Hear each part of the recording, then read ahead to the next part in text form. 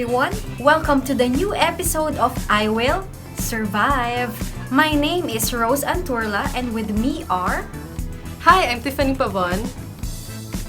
I'm Shiela Edubas. Jennifer Santaolaya. And I'm Arriane Asegurado. So Rose, ano yung pag-usapan natin? Ano yung conflict of the day? So today, meron tayong conflict about succession. So Sheila, can you remind us what succession is? Of course, according to Article 774 of the Civil Code, succession is a mode of acquisition by virtue of which the property, rights, and obligations to the extent of the value of the inheritance of a person are transmitted through his death to another or others either by his will or by operation of law. In other words, ito yung pagsasalin ng mga pag-aari ng isang yumaong tao sa isang nabubuhay pa nang naaayon sa batas. That's right! So now that we understand kung ano ang succession, let's start with the conflict. So meron tayong tanong from our patron on Patreon named Jack. He asks, my mother recently passed away in the USA. She is a USA citizen while my father is Filipino.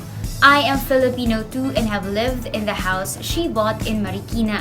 She left a will and gave the house to my cousin, while my father and I were only given $500 each. I remember from your previous episodes that there's this thing called legitims and other requirements to make a will valid. Can she do that? Her will was done in California and is not notarized, but the lawyer there says it was done correctly based on their laws. But we the people who will be receiving the inheritance are Filipinos. We have a legitimate right. Peace out. Nako, mukhang mahirap yan. Himayin muna natin ang mga detalye base sa sinabi niya. For those who are new to our channel, there are two types of succession, intestate succession and testate succession. Testate succession is when the decedent wrote a will. Intestate succession is when the decedent who died did not write a will. Kapag testate, may will. Kapag intestate, walang will. So ang batas ang magdidesisyon kung kanino mapupunta ang mga naiwang pag-aari ng isang yumaong tao. Since alam na natin na ito ay testate succession, nagkaroon ng conflict dahil magkaiba ang nationality ng namatay at ng mga tagapagmana. We know here in the Philippines, wills have to be signed by 3 witnesses and notarized. Unless, of course, it's a holographic will, then all it has to be is dated, signed, and written by the hand of the testator. But it's not the law of the Philippines that will be followed when it comes to how her will should be made. Tandaan, siya ay US citizen at ginawa niya ang will sa California. That's right, Ariane. And according to Article 816 of our new Civil Code, the will of an alien who is abroad produces effect in the Philippines if made with the formalities prescribed by the law of the place in which he resides, or according to the formalities observed in this country, or in conformity with those which the code prescribes.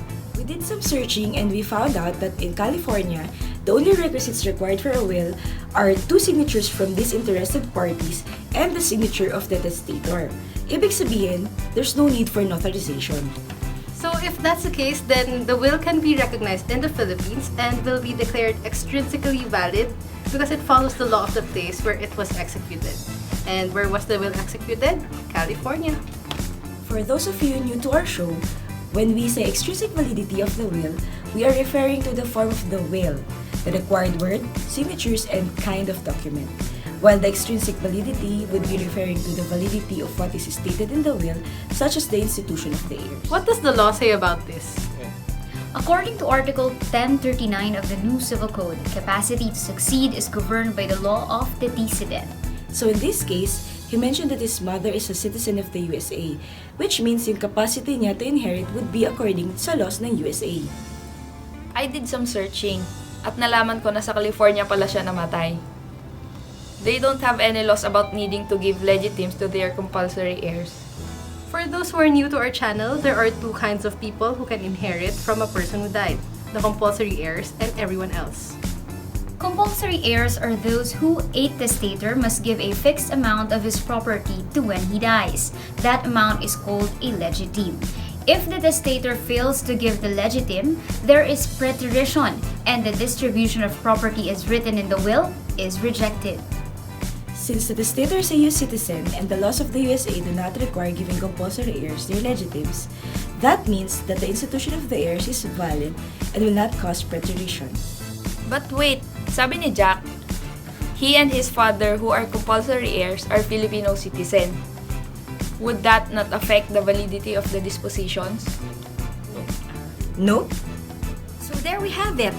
To the best of our knowledge, especially considering ang involved dito ay batas ng California, the will is both extrinsically and intrinsically valid dahil sinunod nito ang batas sa lugar kung saan ito ginawa at ang batas ng nationality ng testator. That means even if the heirs are Filipino and if the property is in the Philippines, Jack's mother was able to validly give away the property through her will. That's right. But wait, meron pa. So to Jack's cousin, if you are watching us right now, if and when you file a petition to probate the will of your aunt, don't forget to attach proof of allowance of the foreign will. And so that's settled. So we hope you learned something about the laws that are applicable to the inheritance, especially when foreigners are involved. So once again, this is I Will Survive. I'm Rose Ann Turla. I'm Tiffany Pavon. I'm Arriane Asegurado. I'm Jennifer Santaolaya. And I'm Shiela Edubas. Tandaan, If there's a will, there's a testator!